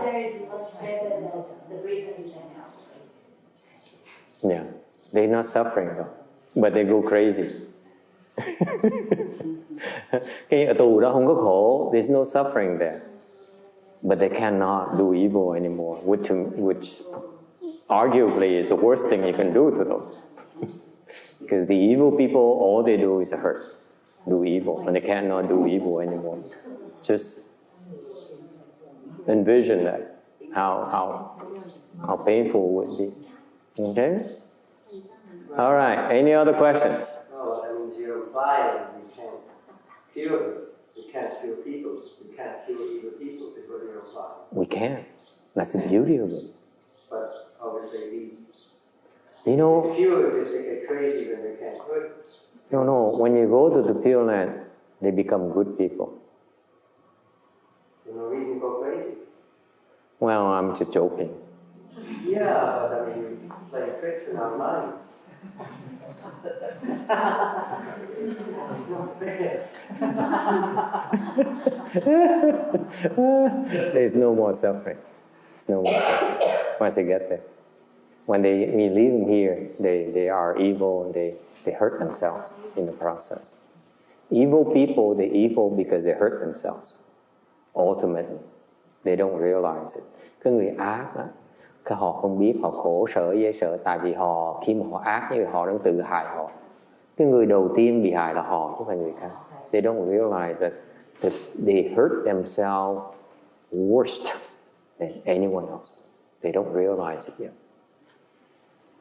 Okay? Nó đặc biệt cái đó. You know, I don't believe the Hinayana have such a dharma. Thầy không tin là bên tiểu thừa họ có pháp được như vậy. They're not as evil as we are. Cái tiểu thừa là họ thiện, mình là ác, mình Mahayana. We use evil, mình lấy ác mà trị ác. We use evil to cure evil. Hinayana, they use goodness to heal evil. It takes too long. Bên Nguyên Thủy, cái pháp họ là dùng cái thiện để mà chinh phục cái ác. You see, Hinayana is about goodness. Nguyên Thủy là toàn là chuyện tốt không, right? Phải không ta? It's goodness. Hinayana is all goodness. Con đường Nguyên Thủy, con đường thiện, rất là đặc biệt. Okay? They are superior people. That's why they are so happy. Họ thiện là họ rất là hạnh phúc. Mahayana people, we give up being happy. We want to be evil just for the heck of it. Yes, sir. Thưa thầy, giống như mình Việt Nam mình nói mấy nước ba nước Campuchia, Thái Lan, Lào có tu tiểu thừa. Con chưa hiểu, con không biết, con cũng hơi ngã mạn. Nhưng mà thấy Việt Nam mình nói mình tu đại thừa, nhưng có nhiều người tu cả đời cực khổ mà chưa chắc mình giải thoát. Sao ta biết ta không theo bên tiểu thừa tu để được đắc giải thoát, rồi ta quay ngược lại tu gì đó hay không? He says that he's getting personal now. He says that countries like Thailand, Cambodia, and Laos, they look at themselves as Hinayana countries. Okay, they admit we are Hinayana countries. The Vietnamese, they call themselves Mahayana. Okay, and yet they haven't attained liberation yet. This is exactly why the Hinayana monks from Thailand looks at you, Vietnamese monks, and says, we are Mahayana, and says, you're too low. Your Mahayana is too low. That's why they lose faith in Mahayana. Okay. Tại vì rất nhiều người, sư Thái Lan như ông sư này nọ, mà tới nhìn một người thầy sư Việt Nam, mà nói là tôi là đại thừa, mà họ nhìn mình nói là mình trình độ mình thấp, là họ khinh thường mình vậy. Họ nói là cái đại thừa quý vị nó thấp quá, đâu xứng đáng như tôi, tiểu thừa chúng tôi cao hơn quý vị. Thì họ càng tin rằng tiểu thừa họ là hay hơn cái đại thừa của mình. Okay? And this is why the Hinayana monks don't believe Mahayana, because of these low-level Mahayana monks and nuns they encounter throughout the world. You see that? I wanted to skip that until he forced me to bring it up. Okay? Because the true Mahayana monks are the one who will not say, I'm Mahayana monk, I'm better than you. It's only the small-time Mahayana monk says, we're better than you. Mahayana monks, they don't say they're better. They embrace it. Cái đại thừa mà trình độ chưa tới đó, họ cứ hô hào nói tôi là đại thừa, tôi là chính pháp. Okay? Còn cái người mà đại thừa mà chính pháp mà ta đâu có nói gì đâu, ta chỉ bao dung tất cả, ta tìm mọi cách để cứu người ta thôi, mình cần biết. Okay? Thành ra vì vậy mà bên Nguyên Thủy, mấy người mà A La Hán với Chư Phật mà nhìn mấy người sư mà đại thừa Việt Nam nào mà nói mà cũng phải Việt Nam không, mà Tàu nào mà nói là tôi là đại thừa, tôi nói cái gì trường hợp trình độ thấp quá mà đại thừa như vậy tôi theo làm gì? And then he says another thing. He says, well, then why don't these monks and nuns follow Hinayana tradition, at least attain liberation, do something in their lives, with their lives? I agree. Thầy đồng ý chứ. Okay. Cái quan trọng mình tu mình đắc giải thoát, chứ đâu phải mình còn tu để mình gọi mình đại thừa tiểu thừa, nó đâu quan trọng. To me it doesn't matter what you call yourself. Hinayana, Mahayana is irrelevant. The objective of cultivation is to become happier and be free. Okay? Mình tu để đắc giải thoát, chứ tu để mà nói là khoe khoang là hô hào thì tu làm cái gì? It's wrong. Okay? They don't understand yet. Okay? And for example, my co-host on the TV show, he was unimpressed with this Thai monk, như cái người mà ông là làm chung chương trình TV của thầy đó. Ông hỏi nhiều câu với ông sư Thái Lan trả lời không có được, thành ông rất là thất vọng. He asked him a lot of Mahayana questions, and the answers were not very good. Okay, and so he became disappointed. Ông thất vọng. Ông nói là cái đó ông sư Thái Lan thầy cứ nói hô hào, nói ông này giỏi, mà thiệt ra ông trả lời mấy câu, tôi hỏi những câu mà ông trả lời được. Trai ông hỏi bạch thầy chứ ông trai với ông bạn nó khác về cái chuyện mà đắc quả chỗ nào. For example, he asked, one of the questions is important to him. Many monks, Vietnamese monks ask, and nuns ask, what is the difference in being vegetarian towards becoming enlightened? Okay, and the Thai monk says, I don't look at it as meat. I look at it as, things I need to nourish. It's something that my Buddha allows me to eat. Therefore, I eat, and I use it so that I can cultivate, attain liberation. So my co-host is very unimpressed. He says, but you don't understand. You're not even vegetarian. Ông kia ông nói là tu gì mà đến nỗi ăn chay mà không chịu ăn chay mà toàn ăn thịt. Sao mà tu gì kỳ cục vậy? Đều không hiểu rồi. Cái ông kia ông nói là tôi không coi nó là thịt, không coi là mặn nữa, mà tôi coi đó là một cái đồ để dinh dưỡng, để mà tôi cần nuôi cái thân này để mà tôi đắc giác ngộ. He missed the point completely. The answer is not about meat or vegetarian. The teaching that the Thai monk gave him is what? Ông sư Thái Lan ông dạy ông này cái bài gì vậy mà ông này chưa hiểu hả? Chỉ đạo ông dạy cái gì vậy? Con còn phân biệt chay với mặn, tôi hết phân biệt chay với mặn rồi. Ông kia đâu có hiểu. Ta nghe không? Ta dạy mình câu mà mình vẫn dám khinh người ta, vẫn coi thường người ta, tầm bậy. Không có thầy đó là người Thái Lan, người ta nghe ta nói là khinh mình dám khinh thường một cái người tăng ta dạy với mình. Yes sir. Seems like you say he's not thinking about food, he's thinking about practice. He's not the food he's into doing. His teaching, his message is that you still look at it as meat versus non-meat. I don't have that discrimination anymore. You still discriminate. I don't. Ta dạy hay như vậy đó. Kính dễ sợ. That's how profound the teaching is. You still discriminate. I don't. Cái đường quý vị chọn là đại thừa, tiểu thừa gì đó, mật tông hay là Tây Tạng gì đó, tôi không cần biết. Một khi tưởng còn phân biệt thịt với cá, tôi đâu còn phân biệt nữa đâu. Ông dạy như vậy đó, hay như vậy đó. Hiểu ông Kim Điền? Cái bài hôm nay dễ sợ nhưng mà ông kia không hiểu. Thì ông vẫn coi thường, tay ông này vẫn không chịu ăn chay. Ăn chay làm cái gì? Con đường ta toàn ăn mặn, ăn thịt, ăn cá, ăn trứng, ăn gì ngon miệng như vậy mà tới được giải thoát, mình theo được cái vui thế mô. My attitude is that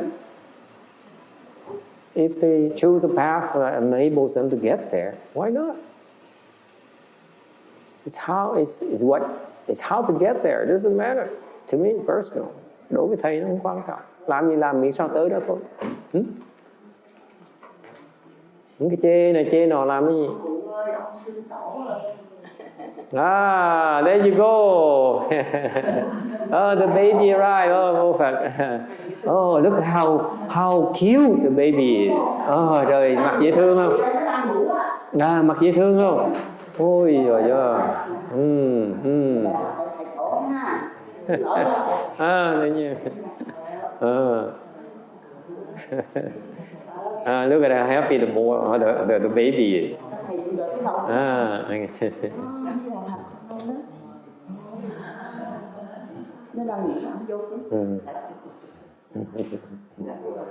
What a happy baby. Hello. Ok, cảm ơn các. Ok. Yeah. Vậy hả?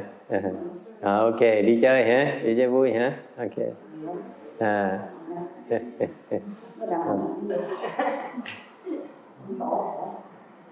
Cái người mà hỏi như tôi như vậy còn cái tâm phân biệt. So these people says I'm Mahayana, Hinayana, I'm vegetarian, and so on. They're still discriminating. They still don't understand. Những người đó còn tâm phân biệt, họ chưa tu tới nơi tới chốn, không sao hết. They don't understand. It's okay. Okay.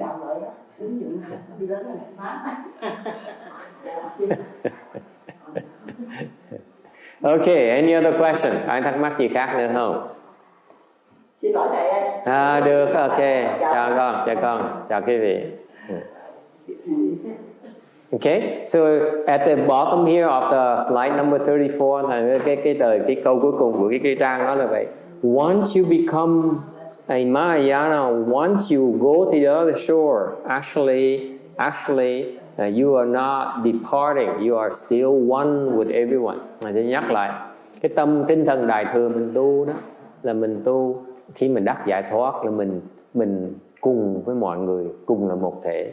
Mình không còn có sự phân biệt nữa. There's no more separation. There's no more Hinayana versus Mahayana. Không còn cái tiểu thừa với đại thừa nữa. Okay. Yes. I'm sorry, I know that you're saying that in Hinayana, they reach what stage that they made it, basically. Yes. Well, where is it that they made it? Where are they?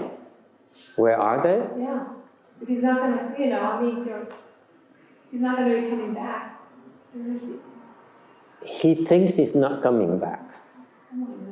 Okay?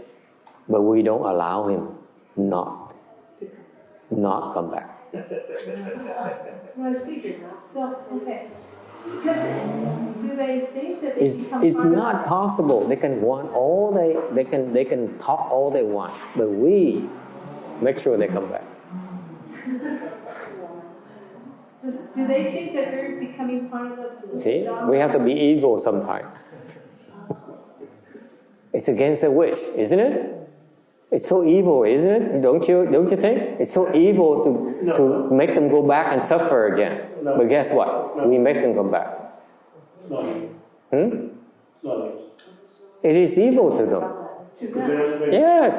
They might not like it, but that's too bad. Yeah. You're so evil.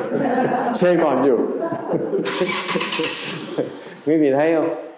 Mặc dù bên Nguyên Thủy các ngài A-la-hán Đức Chi Phật nghĩ rằng là mình sẽ không bao giờ trở lại được. Thầy nói cái gì cái bí mật nhỏ nhỏ như vậy này. Sự thật là họ sẽ phải trở lại, họ thoát không được đâu. What proof do I have that they'll have to come back? Làm sao thầy biết, làm sao thầy chứng minh rằng có bằng chứng là họ sẽ trở lại?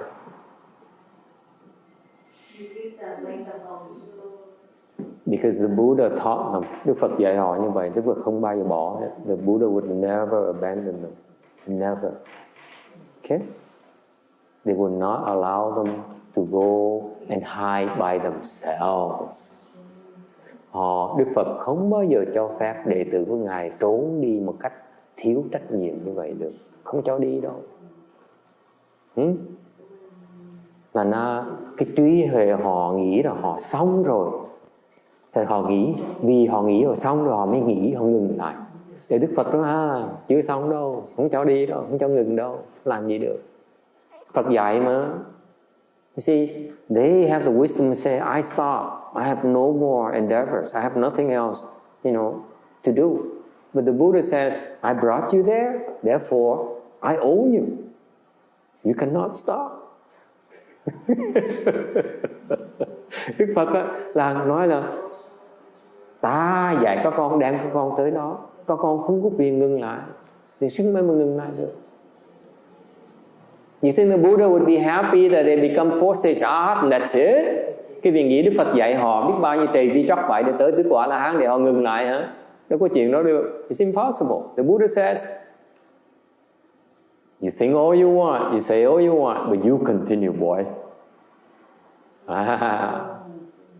Cái đó là sự thật. That's a secret. But that's why we don't say that. The Hinayana people, we don't want to disappoint them too much. Mình chỉ làm thôi. The difference is that they wish we do. Họ mong muốn thôi, mình ép.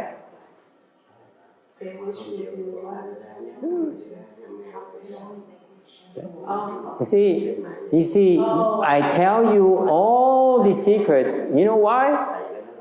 Because when the Hinayana people hear me, say, he's an idiot. That's why it's not a secret. It's nonsense. Thầy dám nói những chuyện này tại vì không ai tin lời thầy hết. Họ nghĩ là thầy dốt. Thầy nói tầm bậy.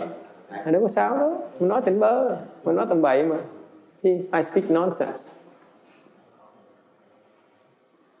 Tuyệt vời không? Gì đâu phải sợ. No worry. We save them all. Chứ sao phải cứu nó hết. Questions? Okay. So, again, true wisdom is when you have no more discrimination. Nói cách khác, quý vị có cái trí huệ chân chính chỉ khi nào quý vị không còn cái sự phân biệt giữa mình và ta mới gọi là có trí huệ. You still see yourself as Vietnamese versus Chinese. Quý vị còn nghĩ là mình người Việt Nam đối với người Tàu, Chiều Châu, những người Chiều Châu, especially Chiều Châu people. Okay? Or these Mexican people, hoặc là người Mỹ Tây Cơ. You discriminate too much. Chinese, you know, too much discrimination. Hai người đó chưa có trí huệ. Or you see yourself as good and they're evil, hoặc nghĩ mình thiền, người ta là ác. It's too much discrimination. Okay, there's such a thing. Không có phân biệt như vậy nữa. Không thấy không? That's why we can be evil. We don't see it's evil. Bởi vậy cái người mà đại thừa thấy mình làm chuyện ác, mình thấy ác gì hết á. You know, wonderful. The Hinayana, when they do something evil, they say, oh my God, I did something so evil. I feel so bad. Mahayana, wow, I did something evil. It feels good. Cái đường nó rộng như vậy đó. That's how wide open we are. That's how profound we are.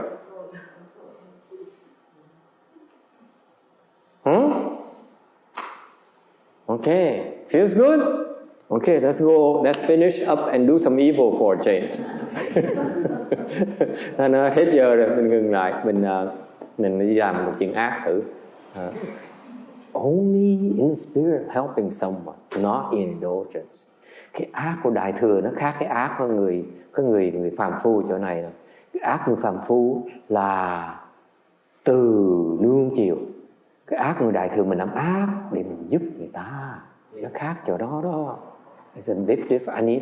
I need to impress upon text this little thing, and before he leaves, you know, the evil of lay people, of ordinary people, is that you do evil in order to indulge yourself, to serve yourself. Okay? The evil in Mahayana is we do evil in order to help others. That's a big difference. Okay? All right. Anything else? So, thắc mắc gì nữa không? Is Pam coming? She's coming back? Yeah. Okay, very good. Then we wrap it up. Let Thiến Chữ go talk to her. Whoever you want to go talk to her. Những người mà đi. Yeah, go interview with her. Okay, don't hold her up. Okay, she's been waiting for a long time. This poor lady. Những người đó. Okay, go. We wrap it up for you. Người tội lắm, người ta trở lại đây là cả năm trời, ta làm cả năm trời chưa xong, công trình cả năm trời chưa xong. Giờ ta trở lại, ta cố gắng ta muốn làm cho nó xong, rồi mình giúp người ta một tí. They've been at this project for a year now, and we want to help them complete the project. Okay. All right. For us, unemployed people, it doesn't matter 1 year, 2 years, 3 years. It doesn't matter. Những người thất nghiệp như chúng ta này, 1 2 năm 3 năm đâu có gì khác biệt đâu, nhưng người ta phải khác. Okay, all right, very good. So next time we discuss 35. Lần sau mình sẽ bắt đầu từ tấm 35. Okay, let's stand up and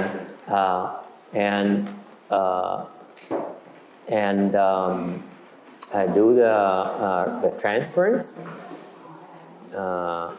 And then do the reverse transference. Okay, so xian now. The first thing we do is we do a reverse transference here. Okay, and then we do the reverse transference. Okay, all right, very good.